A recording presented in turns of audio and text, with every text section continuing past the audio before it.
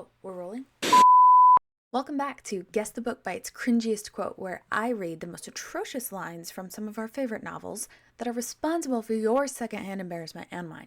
And by that, I mean this is the first time we've ever done this. If you guess the novel correctly, you win. If you don't know the quote, you also win, because that means this quote is not permanently burned into your memory like it is into mine. I know you're wondering, Leah, why do you look so fancy? Why do you look so nice? What are you dressed up for? Well, I'll tell you at the end. You ready to throw your Kindle into the sea? Let's begin. The cringe level for this one, level 1, is mildly uncomfortable. Let's give you a dose of some poetic pain. Ready? It would be a privilege to have my heart broken by you. If you guessed The Fault in Our Stars by John Green, congratulations, you win 1 free tear and a lifetime of emotional pain.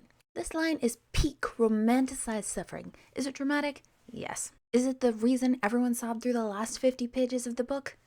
Yes. Would I allow a man to say it to me in real life without running the other direction? No. I would simply leave. I'm going to catch some flack for this next one, I just know it. But on to round 2, which is cringe level moderate regret. This is a quote that definitely sounded better in the author's head. And I know I've been there. I'm an author. I've been there.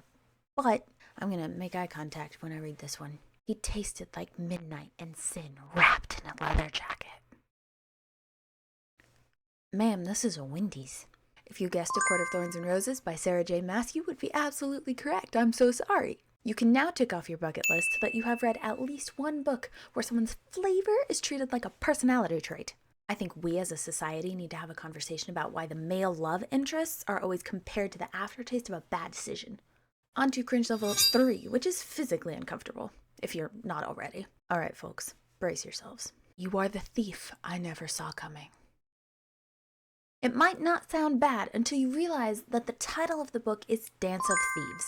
What a twist! The main love interest is a thief in a book called Dance of Thieves? Who would have seen that coming? Look, I get what the author was going for, and I actually don't hate it, except it's like if Batman turned to Alfred and said, Alfred, you're the butler we never saw coming. Yes, we did. We really did. Cringe level 4, existential crisis. And you guys better guess who's coming up. We're going to start with a dude who is objectively just the worst, and I will not take argument on this point. It's just hunting. You're the best hunter I know. Oh, Gail. You walking red flag. You human-shaped. I'm not like other guys.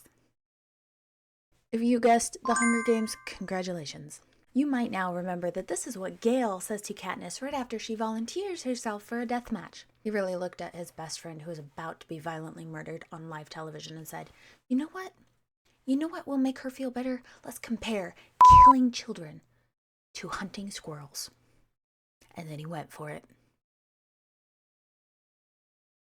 Let me just say that people are not squirrels, and we should not be treating them as such. I can't stop saying it like that, squirrel. Ever since I heard, is it illegal to, am I going to get copy stricken if I talk about a different content creator? You guys know who I'm talking about. Squirrel. You know who I'm talking about. Anyway, back to the dude who is the worst. Katniss should have let him monologue himself off a cliff years ago. She would have been better off. Everyone would have been better off except her family who might have died, but they would have been fine. Round number 6, maximum pain. The next one, I will fess up, it's not from a book I've read, and this is why I'm not going to read it. Are you ready? My heart is a haunted house, and you are the ghost who won't stop knocking over furniture. I just want to let you sit with that one for a second, because some of you are making that decision on purpose. Rethink everything. If you guessed November 9 by Colleen Hoover, you guessed correctly, and you also guessed why I will never be reading one of her books, ever, because all of the quotes I see from these books are exactly like this. There's nothing different. I will not also take argument on this point. Actually, if you want to argue with me, that's fine, but I'm still not going to read a Colleen Hoover book, ever, in my lifetime. That is all. This isn't poetry. This isn't deep. This is literary vandalism. Her metaphor privileges? Revoked immediately. Now, well, how'd you do? Because I know how I did, and I am suffering all over again. But, did you get all the books right? Did you get all of them wrong? Some of them, none of them? That was weird, I apologize. It is late in the evening, And I'm still going to tell you why I'm dressed like this. But first, let me know if you enjoyed this beautiful disaster. Hit the like button, hit the comment button, comment something, subscribe, all those good things to stay in touch with me. Why am I dressed like this? I am soft cosplaying Toothless for How to Train Your Dragon live in action, and I cannot wait. I'm so excited. I'm going with my sister. I will be sure and update you guys on all of that, of course. But until then, read responsibly. Or don't. Have fun.